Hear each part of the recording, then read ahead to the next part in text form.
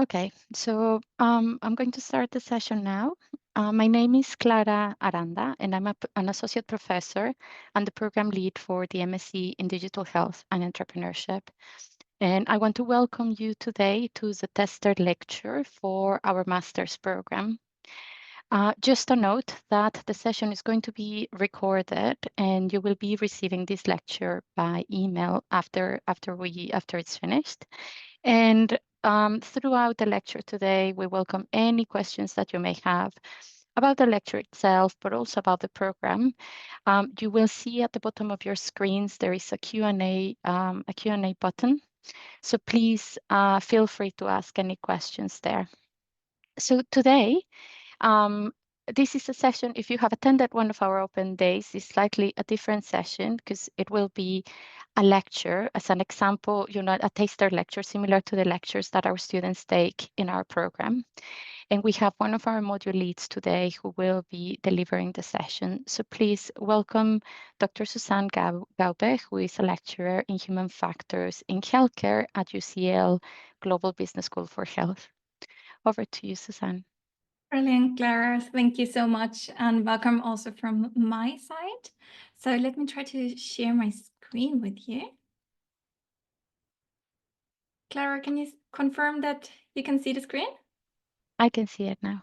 Brilliant. So yeah, as Clara said, my name is Susanne Gaub, and I'm going to introduce to you a lecture on understanding AI implementation and human AI interaction in healthcare from a human factors perspective. And so this is a bit of a mixture between different kinds of methodologies that you will all hear in the lecture and the seminars in my course. And it's mostly my own research. So then you can also already see what type of research we are doing in here or at GBSH. And so let me briefly introduce myself. As already mentioned, I'm a lecturer in human factors for healthcare.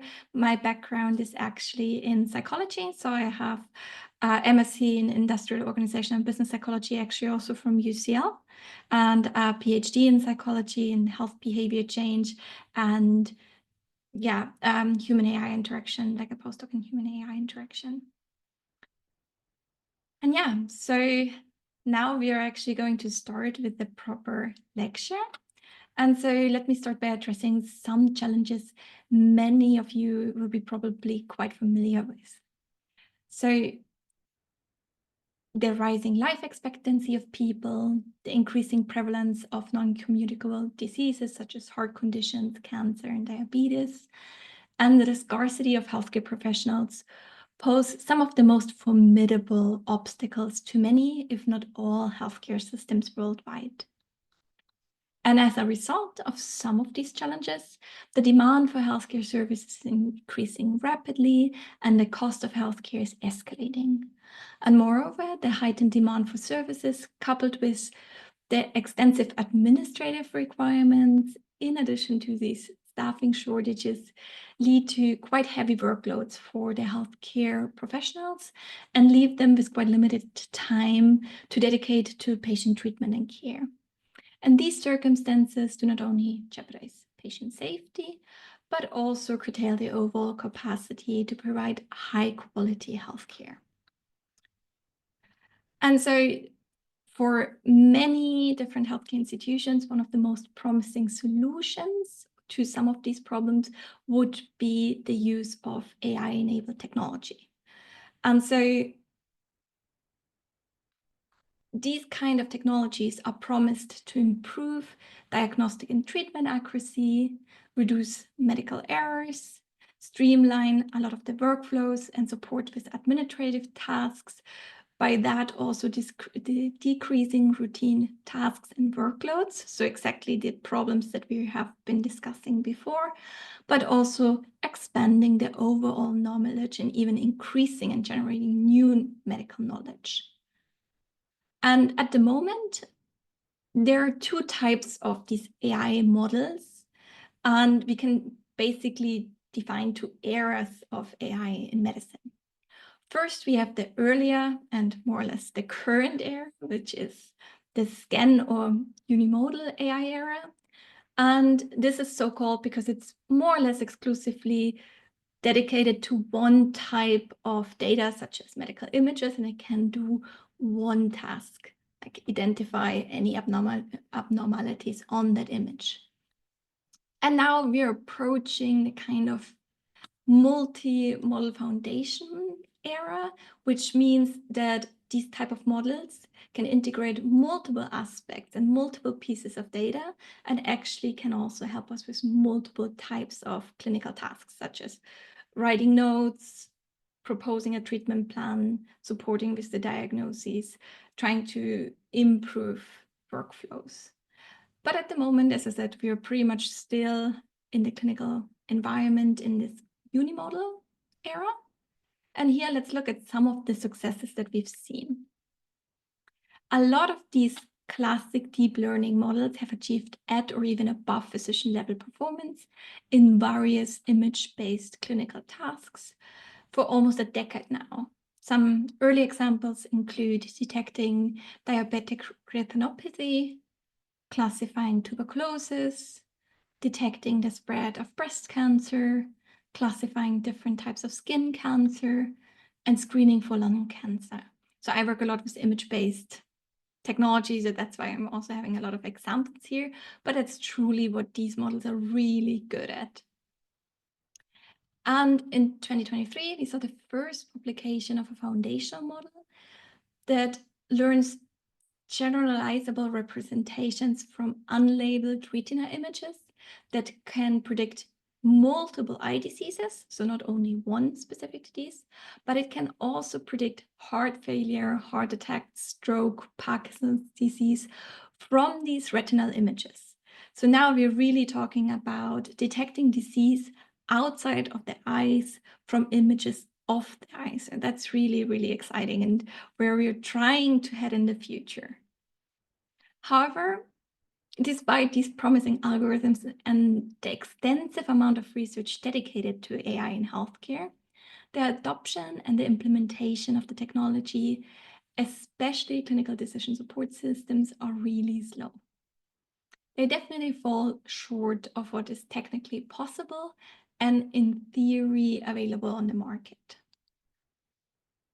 And moreover, the scientific evidence regarding the effectiveness of improving clinical outcomes by using AI-enabled support systems is quite limited and at this moment of time, pretty much inconclusive. So there are some early studies that show that we have workflow optimization when we implement these systems, but still that we see promising clinical results or patient benefits, we're still not really there. And so many explanations for the slow adoption of AI systems in healthcare have already been proposed, but now I wanted to look at some different perspectives on these topics. And what we can do to look into these kind of complex topics is use the human factors toolbox. And so that's a range of methodologies that you can use at different stages when you're interested in understanding the adoption barriers or the clear adoption strategies for specific technologies. At the beginning, we have this analysis phase where we are trying to become experts on the topic that we are interested in, whether it's the clinical topic or the technology. We can use the literature to gain insight there. We can conduct interviews with relevant stakeholders in the field. We can observe the stakeholders, use questionnaires to just get an idea of what might be going on. So if you're talking about the slow adoption, you might want to have interviews with some of the stakeholders that are related to adoption. Then if you're like, okay, we need to redesign or start designing a technology, we can use personas and scenarios to really guide us how we develop a technology and for whom we are developing it. And then we can build early stage prototypes that we can then later on test with our potential users, which is the next stage. We can use multiple types of different methodologies to start testing our prototype from very early on. Think aloud testing, where we ask the users to walk us through their decision making while trying, for instance, an app, and we see where they might struggle to use the app. We can use eye tracking to see where on an image people are looking, where they're clicking. We can do A/B testing, so we have two similar interfaces with slight modifications, and we can give our participants these two different interfaces and see what's happening. For instance, do they have less errors or make less errors with one of the interfaces than another one? And then over time, we also need to make sure that once the technology is probably deployed in the market, that we monitor it, that we make sure that it's ongoingly useful for participants or for users. And so I'm going to give you a couple of these examples for human AI interaction and technology implementation, AI technology implementation, with a couple of these examples from the Human Factors Toolbox.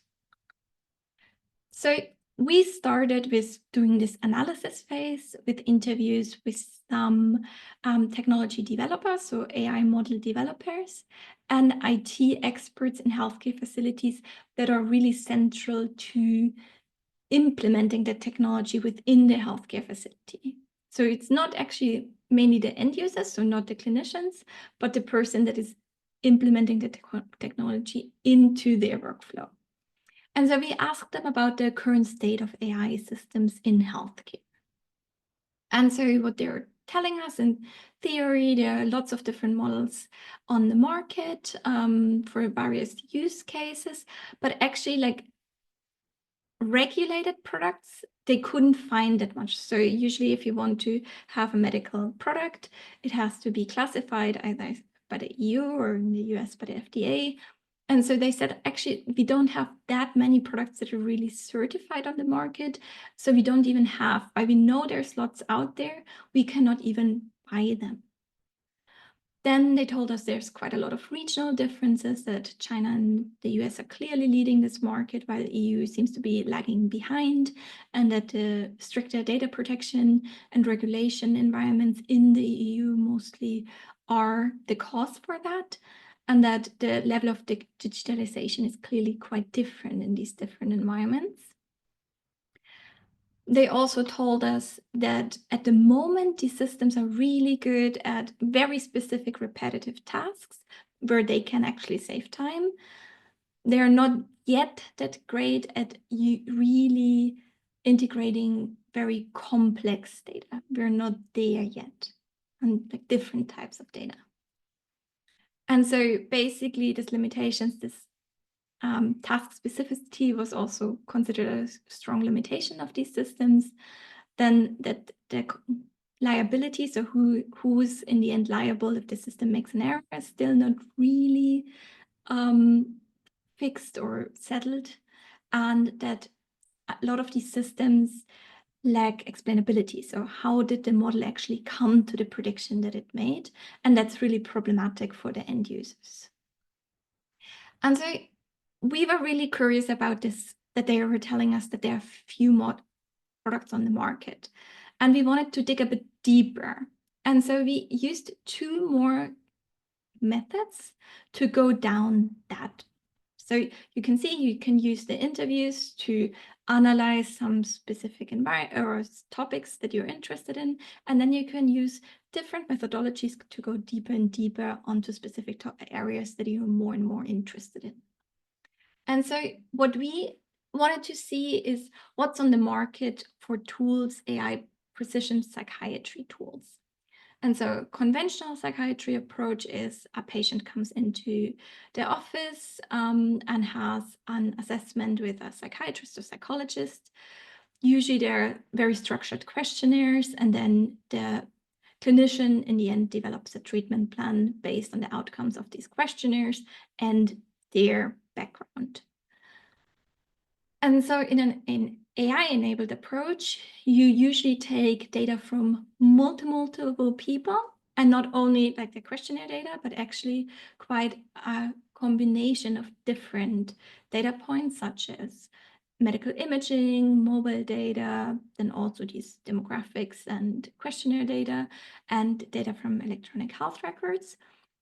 And based on that, you can segment your patients into different diagnoses and even sub-diagnoses, and then try to identify the best possible treatment for a specific patient based on their diagnosis, their very specific diagnosis. And the idea would be to have a much better treatment outcome, because the type of treatment is much more precisely tailored to this individual patient that you're seeing, because you have much more data points than just this conventional interviewing approach. And so we thought, okay, let's first look at what is theoretically on the market, or what could be on the market. And so we looked into patents, because patents are clearly showing us where is the technology going. And so we reviewed quite a lot of patents within this topic of precision psychiatry. We were really interested in any type of machine learning or AI model that would help a clinician to determine a diagnosis, a treatment plan, a prediction, and a prognosis. So it was really that for our 4 areas that we are interested in. So basically the patient journey, and that it needed to be healthcare professional centered. And in the end, we found 279 patents. And as you can see, they're really, most of them are for diagnostics. So the majority of the patents are to support the clinicians in providing a better diagnosis for the patients. Quite another, like 100 of the tools was also for treatment prediction, and a couple for prognostics. We didn't find anything for prediction itself. So that would be if you don't treat, what would happen to the patient.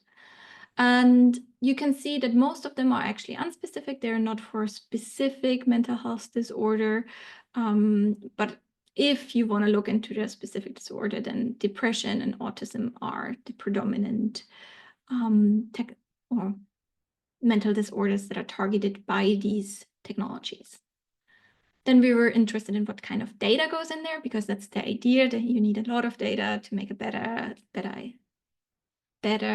prediction or better treatment decision, better diagnostics. And as you can see, again, we have a lot of behavioral data. So that's can be self-reported behavioral data, but that can also be, for instance, the data from your app, from an app. So how much did you go outside? How much, where did you go? That type of data goes in here. Then biological data, that's more like blood samples. The neuroimaging data also quite used. Experience, that's questionnaires that are sent to participants. Clinical records, a couple of them used, and a couple of them used social demography questionnaires. And then, not to our surprise, given that from our interviews we learned that China and the US are dominating the market, we actually did see that the US and China are dominating this market, but that there's a couple of tools also coming out of Canada and Europe, and a bit of Brazil is also involved. And then what we also saw, that in a couple of years, like really from 2015 to 2022, that was last year we included data, we saw that the complexity of these technologies really escalated. So these little knots that you can see, that's different type of technology codes. And it's basically the combination of different types of technologies that are embedded within one patent.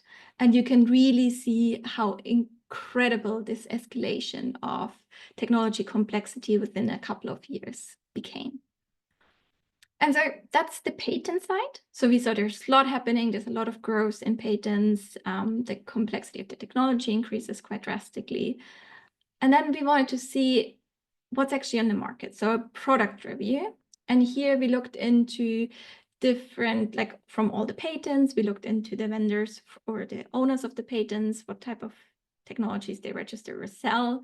Then we looked into exhibitor lists of different types of conferences and so on. So we really went quite deep in where you could find even tools, lots of homepages, lots of searches. And we basically were interested in the same kind of tools. And there we could only find 7 regulated tools on the market. And you can see that not even all of them, while all of them have some kind of certification, the red dots are the certifications and clearance dates, not even all of them have supportive scientific evidence that the tools actually work, which we were really shocked. We thought that, like, who would ever purchase a tool that doesn't have a scientific study attached to it, that it seems to be working, that it's doing something, at least that it's safe. And so in the end, what you could really conclude here is that there's a strong mismatch between what could be by the amount of patents out there and what it is really the products on the market. And so from this interview where we first heard there are actually not that many products on the market that we can buy, that was very much what we also found when looking into the patents and the products. And if you look into these products, most of them are actually for the diagnosis of autism spectrum disorder based on some behavioral data. So that is really mostly eye tracking for children, and the idea is to early diagnose children with autism using these eye tracking data. And then some apps that are using multiple types of data that you can put in and diagnose different types of conditions. So it's condition unspecific, and it works through a chatbot interface. So you have a conversation with the chatbot. And a couple of them are trying to find the best possible medication based on genetic data. So that's really these products that are on the market. So they're pretty limited in comparison to before. We heard a lot about depression. We heard a lot about autism. So we have 2 products on autism, but you can see now it's very, very limited in comparison. So let's go back to our interviews, where we also asked the participants to describe some implementation criteria and requirements that they have towards these technologies. And so the most important aspect that always comes up is that these systems need to be safe. They need to perform high, and it's really important to reevaluate these kind of technologies once they're implemented into the healthcare setting. So it's not done, because these systems learn and they change. So you need to evaluate them all the time. Then cost was a topic that came up pretty much by everyone, but there was a strong disagreement in how important cost is. Some of them were like, yeah, as long as it's evidence-based, we will pay for it if there is a patient benefit. But others were really like, we want to see a cost-benefit analysis on these systems, and we will only implement them if they're really helpful. Others also thought it was more of like a marketing strategy, that you also need to have AI in your healthcare institution, so that it's a marketing investment. And then the next aspect was the integration of these systems. So a lot of our experts told us they need to be really easily implementable into the existing infrastructure, which is quite challenging. Then they should be great. They should have really good usability and should be easily integrated not only in the infrastructure, but also into the workflows. That user acceptance and trust in these systems are really important aspects, and explainability. So that really came up over and over again. And then they told us that employee training is a really, really important criterion. That definitely clinicians and healthcare professionals need to be trained to a degree into having AI skills, but there was a discrepancy in how much training is needed, especially within radiology, which is really tech-oriented. They're like, we need to change our curriculum and really need to have computer science as part of our curriculum. While others were saying like, we can analyze lab tests or interpret lab tests without understanding exactly how the lab works. So a basic understanding is completely fine. So there was not a clear understanding how much training is needed. From these topics, we were really interested in this user acceptance and trust topic. I'm a psychologist. That's always for me really important, that users accept something and trust something. And what we did there was a survey and a bit of an experiment where we introduced 2 types of these precision psychiatry tools to participants. And then we looked if some specific technology-specific aspects, which is performance expectancy and effort expectancy. Performance expectancy is how much you think that the use of this technology will actually improve your work outcome. Effort expectancy is how much you think that how much effort it will be costing you to learn how to use this tool, and also the trust in this tool. And social influence, which means what do other people in your environment think about using this kind of technology, and how these aspects would influence use intention by our users.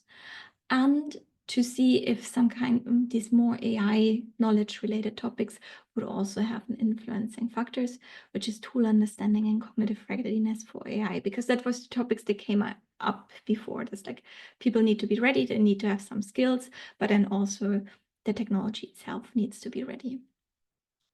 And so the 2 tools were quite different. One of them was a therapist feedback tool. So you record the session with your patient, and then it actually gives you feedback as a therapist. Like you could actually be more empathetic, and it's based on specific therapy guidelines on how you could improve yourself. So the feedback is for you. The other one is an AI-enabled treatment recommendation tool, and basically the data comes from interaction data with your patients, like chatbot data, or however, it could be chatbots, it could be also diaries if your patients are writing diaries. And then you get, based on this information, get a report on how your patient is doing, and if there's one patient is really seriously deteriorating, then you get a notification like you should reach out to that patient. That patient really is at risk. And both of these tools are theoretically on the market, so they both in theory exist. But they're not both of them are FDA cleared. And so we were interested if some different aspects actually might be relevant for these tools, because they're very different in their risk profile, and that's what we saw. In the end, perceived usefulness of the tool was important for the intention to use for all of them, but ease of use was not at all important for the intention to use the feedback tool, so it didn't even matter. And it was negatively correlated with the intention of use for the treatment recommendation tool, which we were really curious about. And our best hypothesis is still like, this is a really high risk environment, this treatment recommendation. And if it's super easy to use, maybe they're not taking it seriously as a technology and then as a support system. And then the other aspect that we found quite interesting is this cognitive readiness and tool understanding was not actually the main driver. However, what was really important was AI anxiety, how anxious people were to actually use these systems. That really negatively impacted their intention to use. So maybe we should really focus on, if we want people to use these systems, on reducing their anxiety. And trust, we couldn't even implement it in the model here, then the model wouldn't work. And in this one, it also wasn't really relevant. So trust itself was not that important. Anxiety was really the driver. Okay, let's go back to our interviews to identify like main themes that we can then use different methodologies to go deeper into. Next, we wanted to talk about implementation challenges, because lots of people told us they might have even started implementing a system, but then didn't continue using it because they ran into a lot of challenges. And so what they told us is really you need a lot of people to be on board on implementing these systems, from the department head to the patients in the end. Then in order to implement them, the regulatory environment needs to be clearer. And that is really a problem for many institutions, that it's a bit unclear to them. Can they even use something that's self-developed, in-house developed? Do they need a certification process for that? And how about data protection and security? Can they even implement any of these systems? Then they were telling us about technical challenges. The one is lack of available of high quality training data. That's always a problem with technology or with AI technologies. Just don't have enough data, high quality data, and especially data on rare diseases. And you need a lot of data to really make an accurate prediction. Then bias in training data. So if you only have subsamples of patients that do not represent your patient sample, poor infrastructure, that many of the interfaces are not really user-friendly. And then logistical challenges such as securing funding for these technologies, for instance, also how to get reimbursed for these technologies, that a lot of institutions don't have IT professionals to actually keep these systems maintained, and that in an ideal situation, you need cross-institutional collaboration to really share data, because again, you need these massive amounts of data. And here I wanted to highlight one aspect that we found interesting in the patient's acceptance of technology. And there we ran another type of survey or experiment, but this time actually on a patient-centered technology itself, AI-enabled technology. So we were really interested in AI-enabled skin cancer screening apps. So in an ideal condition, they perform really well actually at the moment. In real conditions, their performance is also okay, definitely better than self-screening or going to a GP. But the acceptance and uptake of these systems is actually quite low. And we were really interested in why is that the case? And so we did a conjoined experiment with our participants where we first showed them vignettes of two types of providers for skin cancer screening that they can choose. One was always the AI-enabled app, and the other one was a human dermatologist. What we manipulated is how much that would cost you, then how the expertise of the provider would be. We manipulated basically, if you were a dermatologist, how many patients have you seen if you're the AI app, with how much data have you been trained and have you been certified. Then the privacy policy is like, do you give any data to third parties? And the result details, do you get just the diagnosis or the prediction, or do you get some information? What may be the reason for that, or further information? And then we asked our participants to decide, do they want to go with a human provider, the dermatologist, or the app? And then we asked them to evaluate both providers, the one they chose and the one they didn't choose, the AI and the human. And we had an additional survey with some additional data that we thought might be interesting and might explain some of the results. And what we saw is that clearly we saw a strong preference. Here you can see that everything on the right side here is a preference for something, and on the left side is a rejection of something. So we saw that most of our participants strongly preferred going to the human provider, and then they did prefer the cheaper version over the more and more expensive version. You can see that expertise was still also very important for them. The more expertise the system had, the more likely they were to use it. And that the privacy policy was still relevant, not as relevant. But what didn't matter at all was the level of detail. So that is really important, because explainability is always this strong topic within AI research, and that we didn't find any evidence for that it was important for our participants. And what was really interesting, at least to me, was that even if participants selected the AI, so that's these blue dots, I hope you can see my mouse, even if they selected the AI, they always rated the dermatologist higher on both trust in the provider, accuracy of the provider, and the quality of the provider. So even if they were open to choosing it, they still considered that the human was superior. And another interesting finding is that participants high in medical mistrust were actually the most open to using the AI skin cancer screening app. So here we really saw, that was our silver lining, that patients least likely to actually seek medical advice because they have this high medical mistrust might actually be open to use this kind of technology, and so might really benefit from this type of technology. So that was our silver lining from this research, and that we should really maybe target then these type of patients ideally. Okay, now we're going into the last time back on the future outlook on our interviewees on the AI technology, and we asked them about threats and opportunities. And in the threats area, they really thought that automation bias might be a big issue, cyber attacks, loss of skill, for like if clinicians never learn how to diagnose the image without an AI system, will they ever be able to do that?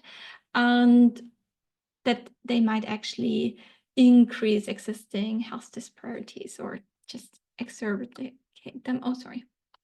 And on the opportunities, we had the reduction in workload, so that's really positive.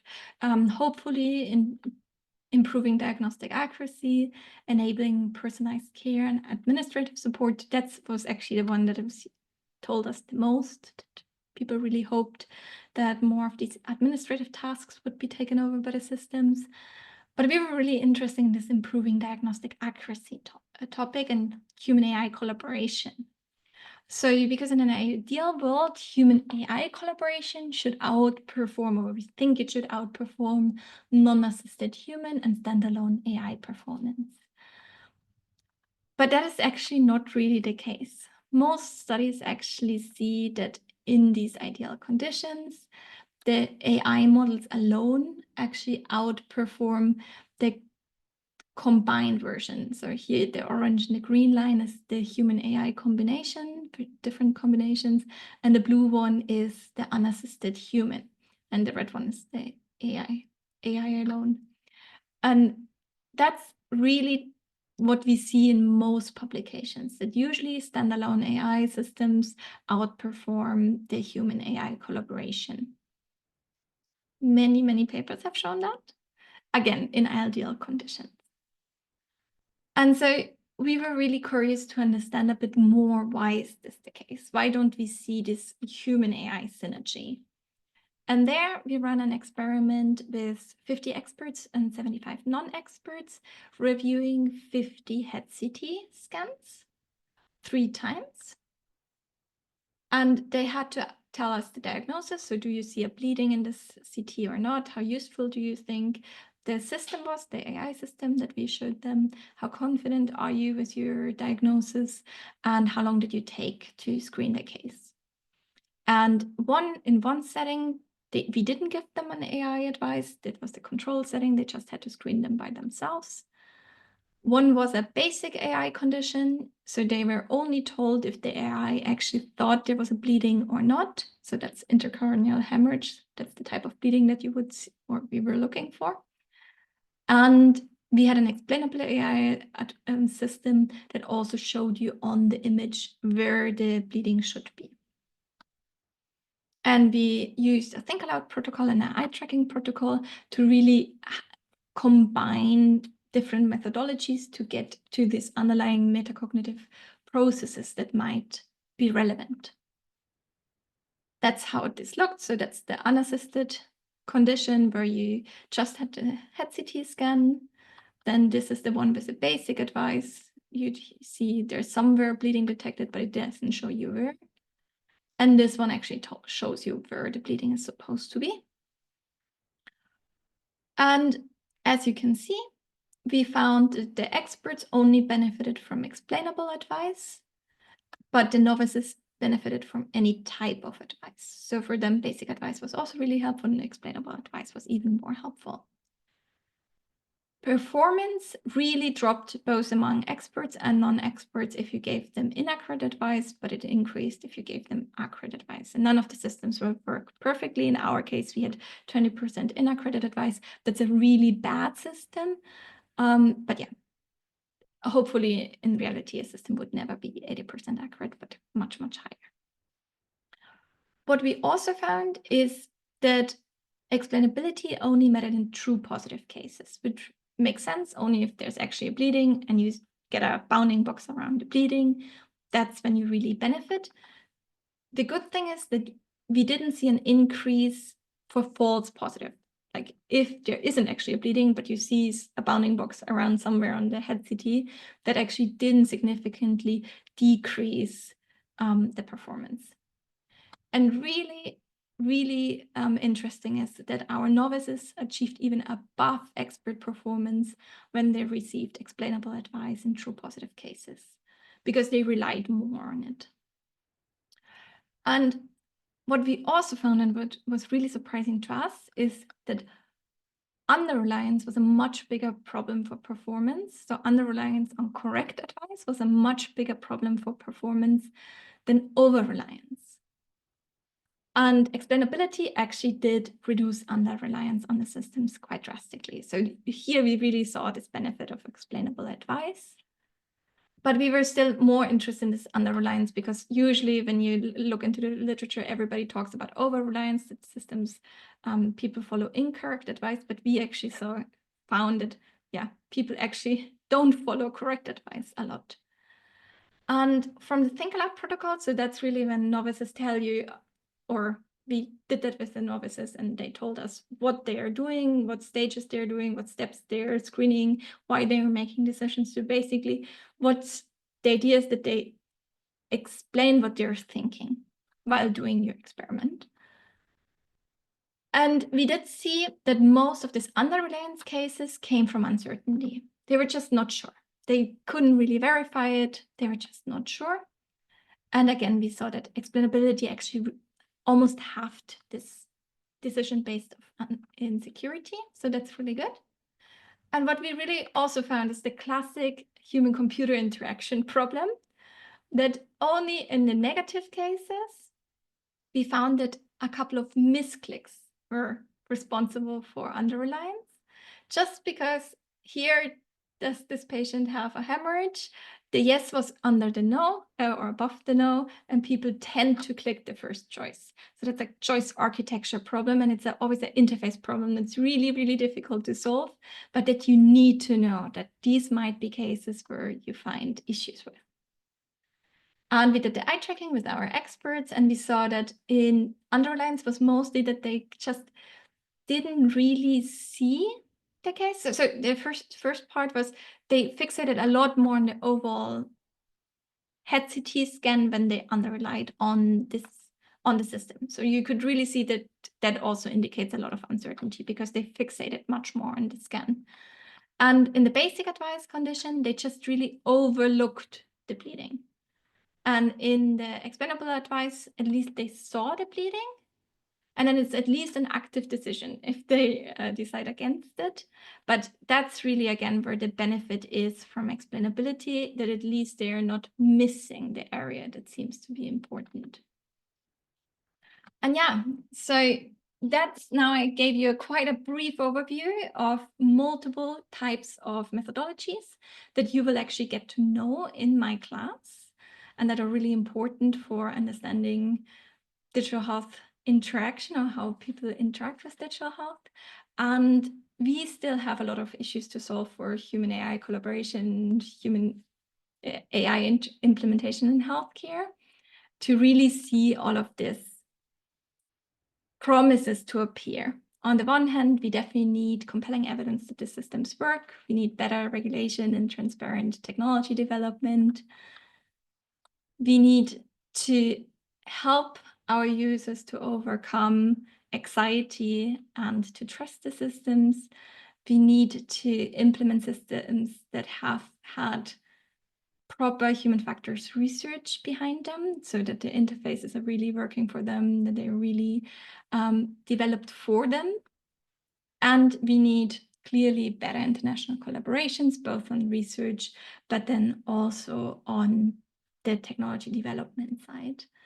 And so far from me, I gave you a really quick introduction into the type of topics that you're going to learn, into the methodologies you're going to use. Thank you so much, and I'm happy to take some questions if there are any. I'm not sure how we do that. And otherwise, I know that there are some more information that Clara will talk about now. Okay, sorry, I think this froze a little bit. Susanne, thank you very much for the lecture. Just a little bit of information. For those who are still in the process of applying, still considering whether you want to apply to this master's degree, if you require a visa, the deadline is the deadline for applications is on the 27th of June. If you don't need a visa to join the program, the deadline for applications is on the 29th of August. Once you receive an offer, you have 5 weeks to accept the offer. And just as a reminder as well, the application for scholarships is on the 29th of June. The next slide, please, Susanne. Thank you. And we have a couple of events coming up soon as well. So if you're interested and you're based in London, for instance, you're welcome to attend the Life and Medical Sciences Open Evening on Wednesday 4th from 5 to 8 p.m. We're going to be sharing the link to the event in the chat for you. We also have another taster lecture later in June. I believe, if I didn't have it wrong, I will need. I think Lauren is going to share the details with you. I forgot the date in my mind for now. But you can also join other taster sessions, so not just for this master program, but you can look at other sessions for biotech and pharma or the global healthcare management program as well. We have a one-to-one booking systems as well. If you're interested in having a chat with me, Lauren is going to be sharing the link with you as well. And please follow us in our social media. We're on LinkedIn, we're on Instagram, we're on X. We share a lot of our events and a lot of information about our programs and our research in those platforms. Let me see. We have a couple of minutes left in the session. If you have any questions, please use the Q&A box to ask any questions. And Lauren has shared in the chat the relevant links to register to these events and also the link to booking an appointment with me.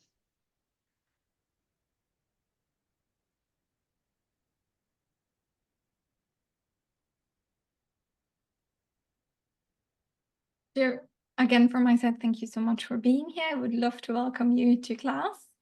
And yeah, if you have any questions about the topics or about the program class, you can also, of course, reach out to me. You'll get I think you get the slides in the presentation, but feel free, like if you have any questions about anything. And just a reminder, we have another taster session. The lecture will be different, and these are lectures like the ones that you will be having, during your studies in the program. So please feel free to attend. Hopefully you're available. You can attend the second lecture for our program as well.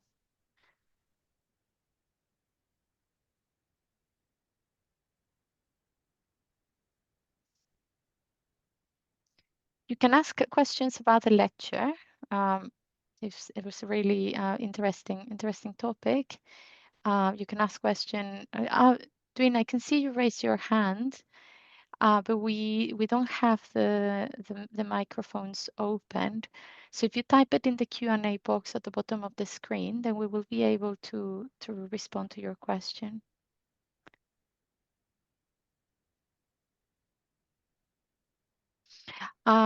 So the question is the other lecture on the same topic or something else? It will be a different topic. I will be the one delivering that lecture, and it will be linked to, it will be it's one of the lectures in the module Digital Health and Startups, so it will be related to entrepreneurship, which is the other side or the parallel of the program.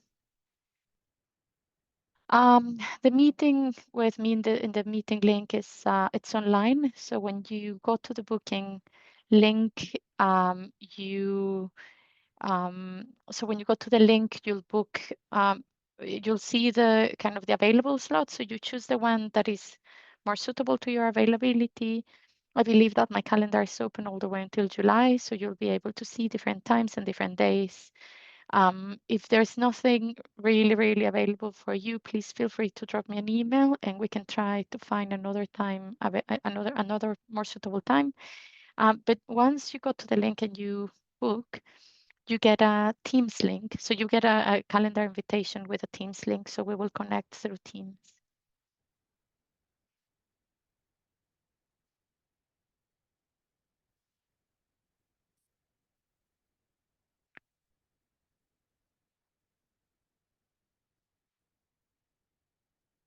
Sorry, would you like me to read the question or yeah, do sorry.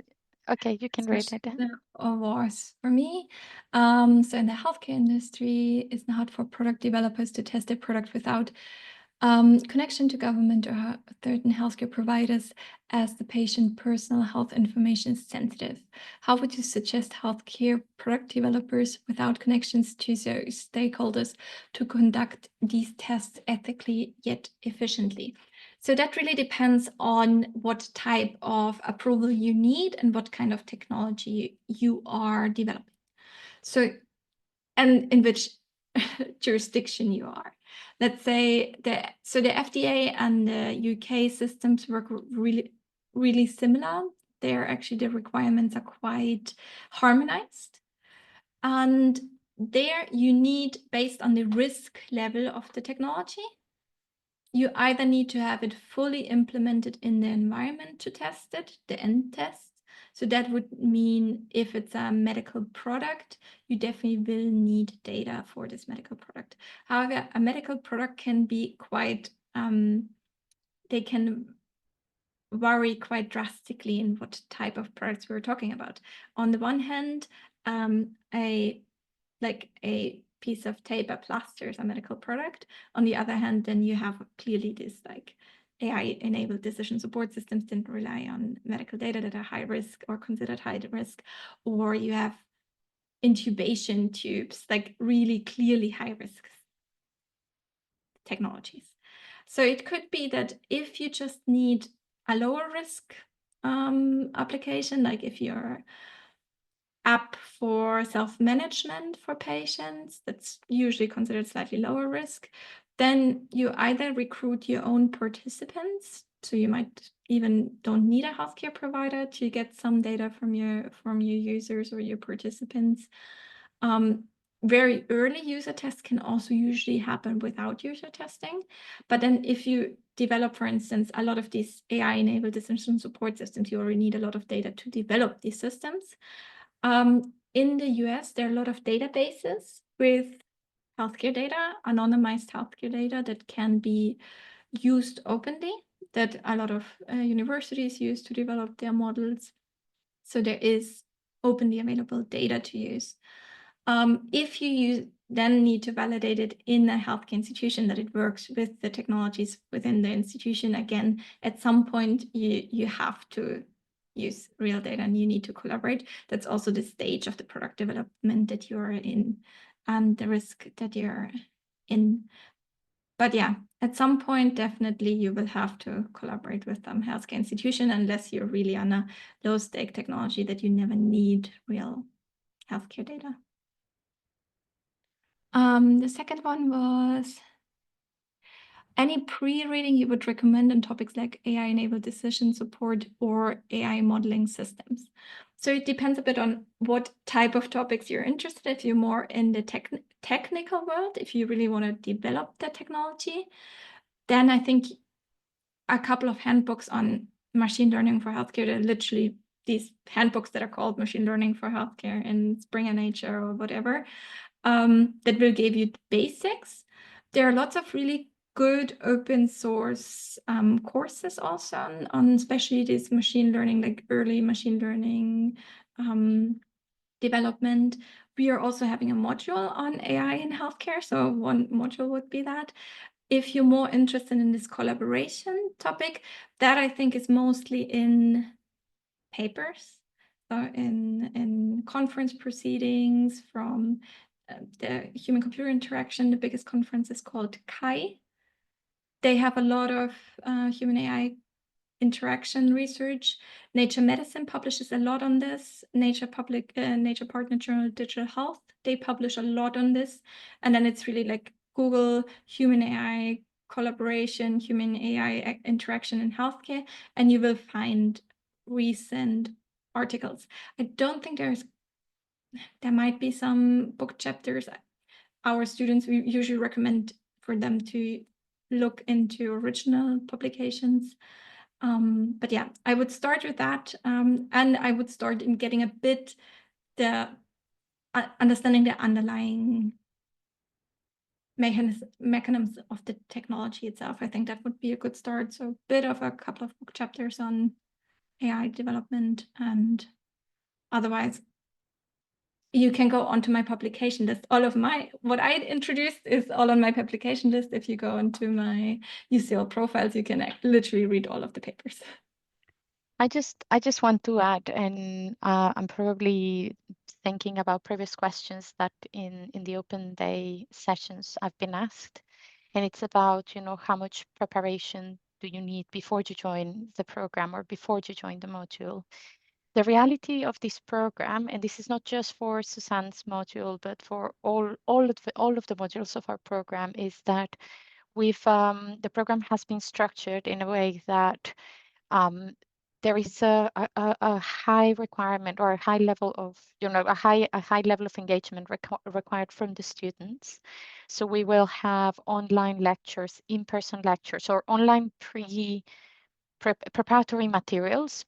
So this is probably a little bit in line with the question being asked about, you know, pre-course reading. So you will have readings, you will have recorded lectures talking about the topic that is going to be addressed in that week. Then you will have an in-person lecture similar to what Susanne has delivered. And then we will have seminars where they are often a little bit more practical. You will have case studies, you may have data. So depending on the session or the theme, you may have data. You may have a co-creation session, you may have role play. So that's where there's like a diversity of different activities and tasks that we introduced as part of the learning process. So every week you'll have materials available for you to prepare for that session. So we try to release them at least a week in advance. We do our best to do that. We try our best to do that, but that's where you will get a lot of information for, you know, for the preparation for the lectures.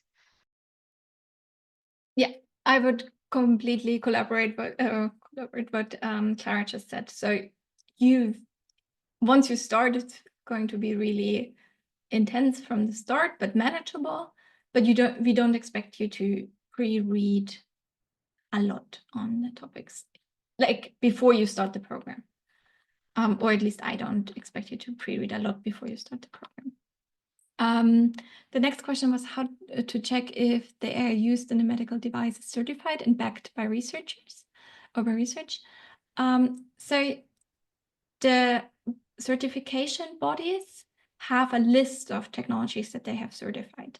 For instance, the FDA has an entire homepage where you can check all the technologies that they have certified. So basically, if you see a technology that you're interested in, you can double check with this FDA checklist. The same is true for the European Union. They have this CE certification. The UK has more or less the same kind of CE certification, but it's the UK CE certification. And other countries have similar types of certification bodies. And for that, you literally go through these lists. Is it certified? Most of the products, if they are certified, certified, they will on their homepage tell you that they are certified because they had to apply for that. It's hard to get. So they will definitely tell you that they are certified. The evidence, again, that's a bit of a trickier question. You either can literally, if it's a specific tool, can Google it on Google Scholar. Can you find that tool? Is there some evidence, or can you find studies on that? If the developers have a research arm, they might have their own studies on their homepages. However, that you always need to take that with a bit of a grain of salt, because of course they have a strong self-interest that they publish positive results.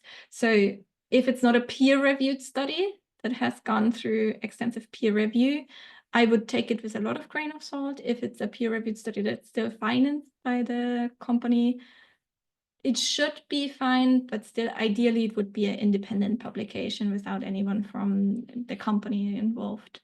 And then you should find it basically through the product name somewhere on Google Scholar. Right. Okay, Susanne, thank you very much for the lecture today. We've run out of time now and actually went a little bit over. So thank you very much for those who are still in the line. We're very grateful for you coming to the session today. Please check the rest of our events. Hopefully we have an opportunity to meet you in other sessions and to actually meet you in person in the fall. Yeah. Thank you so much. Thank you. Bye. Bye. Bye-bye.